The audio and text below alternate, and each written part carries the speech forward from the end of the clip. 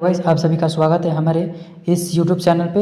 आज हम लोग डिस्कस करेंगे बायोकेमिस्ट्री, जो कि नर्सिंग और पैरामेडिकल के लिए बहुत ही इम्पोर्टेंट है। तो चलिए हम लोग पढ़ते हैं इंट्रोडक्शन में पढ़ेंगे कि बायोकेमिस्ट्री होता क्या है। The study of chemical basic of life. और हम लोग स्टडी पढ़ते हैं बायोकेमिस्ट्री में कि जो भी हम लोगों का बेसिक लाइफ होता है केमिस्ट्री का, उसके बारे में deal with structure, composition and function of biomolecules.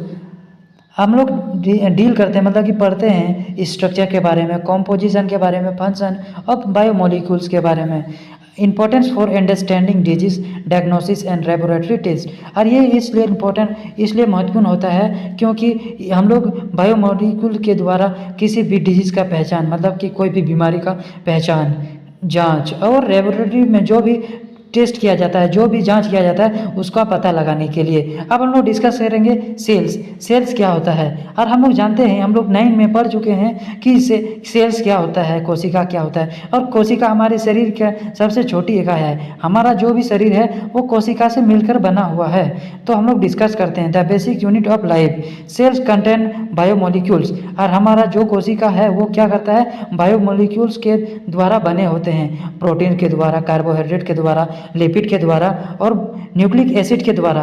और जैसे हम लोगों का ऑर्गेन्स कुछ होता है कि क्या अपना सब ऑर्गन का अलग अलग फंक्शन होता है, तो इसी तरह माइटोकॉन्ड्रिया अपना एनर्जी के लिए मतलब कि कार्य करता है। न्यूक्लियस डीएनए को स्टोर करके रखता है। राइबोसोम्स क्या करता है, प्रोटीन का सिंथेसिस करता है। और वो प्रोटीन्स हमारे शरीर के लिए बहुत ही महत्वपूर्ण होता है। अब हम लोग डिस्कस करेंगे कि बायोमोलिक्यूल्स होता क्या है।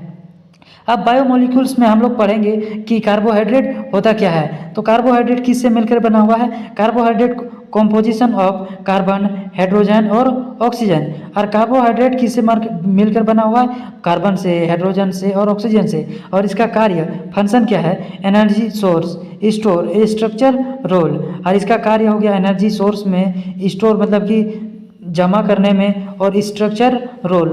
टाइप ऑफ कार्बोहाइड्रेट, ये मेनली 3 प्रकार के कार्बोहाइड्रेट होता है। कौन कौन सा, मोनोसैकेराइड, डाइसैकेराइड, पॉलीगोसैकेराइड्स।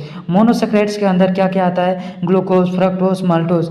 और हम लोग ये मोनोसैकेराइड्स याद रखने का छोटा सा ट्रिक बनाया गया है, GFG।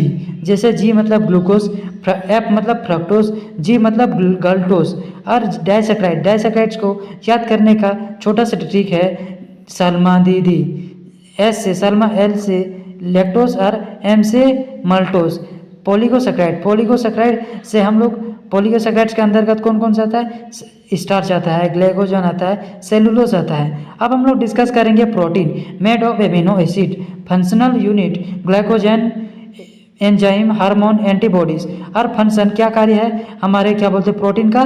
तो प्रोटीन का सबसे पहला कार्य होता है एंजाइम को बनाने में, फिर हार्मोन को बनाने में, और जो भी एंटीबॉडीज होता है उसको बनाने में। और एंटीबॉडी की कब जरूरत पड़ता है, जब कोई भी हमारा फॉरेन इंटेलिजेंस या कोई भी बैक्टीरिया हमारे शरीर में एंटर करता है, तो एंटीबॉडी उसको क्या करता है, फाइट करके हम लोगों का इम्यून सिस्टम को मतलब कि प्रोवाइड करता है, जो कि मदद करता है बीमारी से लड़ने के लिए। तो एंटीबॉडीज हमारे शरीर के लिए बहुत ही आवश्यक होता है। अब लेवल ऑफ स्ट्रक्चर, ये कितना प्रकार का लेवल होता है स्ट्रक्चर का, प्राइमरी होता है, सेकेंडरी होता है, टर्सरी होता है, क्वाटरनरी होता है। अब इसके बारे में डिटेल से फिर हम लोग दूसरा लेक्चर में पढ़ेंगे कि प्राइमरी के अंतर्गत कौन सा आता है, सेकेंडरी के अंदर क्या क्या आता है, टर्सरी की क्या होता है, क्वाटरनरी क्या होता है। इस सब के बारे में हम लोग डिस्कस करते हैं। अभी हम लोग छोटा छोटा डिस्कस कर रहे हैं कि कार्बोहाइड्रेट क्या होता है, क्या से बना होता है, इसके बारे में डिस्कस करते हैं। फिर लिपिड क्या होता है, made of fatty acid plus glycerol. अब ये लिपिड किससे बना होता है, फैटी एसिड से बन के बना है, और ग्लाइकोरल से बना होता है। अब इसका फंक्शन क्या होता है, एनर्जी को स्टोर करना, इंसुलेशन और सेल्स मेम्ब्रेन्स। और ये क्या करता है, एनर्जी को स्टोर करता है, इंसुलेशन देता है, और सेल मेम्ब्रेन्स करता है। कौन, लिपिड। आई होप ये तीनों आप सभी को समझ में आया होगा।